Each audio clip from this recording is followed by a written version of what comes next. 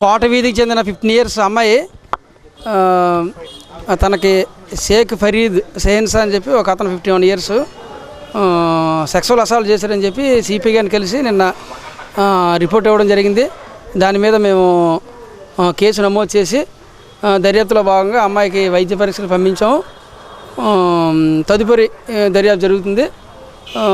సాక్ష్యాన్ని బట్టి మేము ముందుకి వెళ్ళడం జరుగుతుంది. దీని మీద ఏంటంటే పోక్సో యాక్ట్ కింద కేసు నమోదు చేయడం అయింది 1 Town పోలీస్ స్టేషన్లో. నా పేరు షబ్నమ్ అండి. Queen Mary girls high school చదివానండి. కోట వీధిలో ఉంటానండి. మా అమ్మగారి పేరు లడ్డు అండి. ఆ లడ్డు గారి పేరుతో అందరూ నాకు అలాగే ఇచ్చేస్తారండి. ఆల్రెడీ నాకు పెంచుకున్నారండి ఆవిడ పేరు నించోబెడదాం అనుకుంటే అతను అంతా పాడి చేసేసారండి. కోట వీధిలో షైన్షా గారని, షేక్ ఫరీద్ షైన్షా అని అతను హెల్ప్ చేస్తానని చెప్పారు కాబట్టి ఆ హెల్ప్ కోసం వెళ్తే జబర్దస్తిగా రేప్ చేశారండి. వాళ్ళు కంటైనర్లో రేప్ చేశారండి.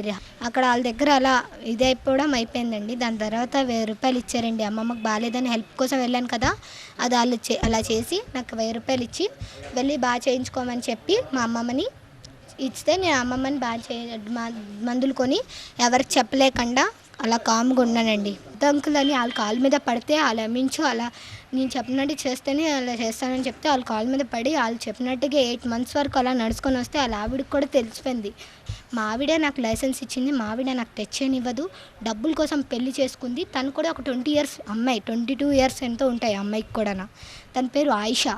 తను ఇలా చేశారండి. అతను కూడా రివర్స్ మాట్లాడడం, వాళ్ళ ఆవిడ కూడా రివర్స్ మాట్లాడడం. మొహమ్మద్ సాదిక్ గారు అని తెలుగుదేశంలో కొత్తగా వచ్చారండి. అతనికి వాళ్ళ నాన్న గురించి అంతా తెలుసు. వాళ్ళ నాన్న ఇలాంటి వాడు, ఇలాంటి నాతో తిరగడం చేయడం చేస్తున్నారని వాళ్ళ నాన్నకి సాదిక్కి అంతా తెలుసు.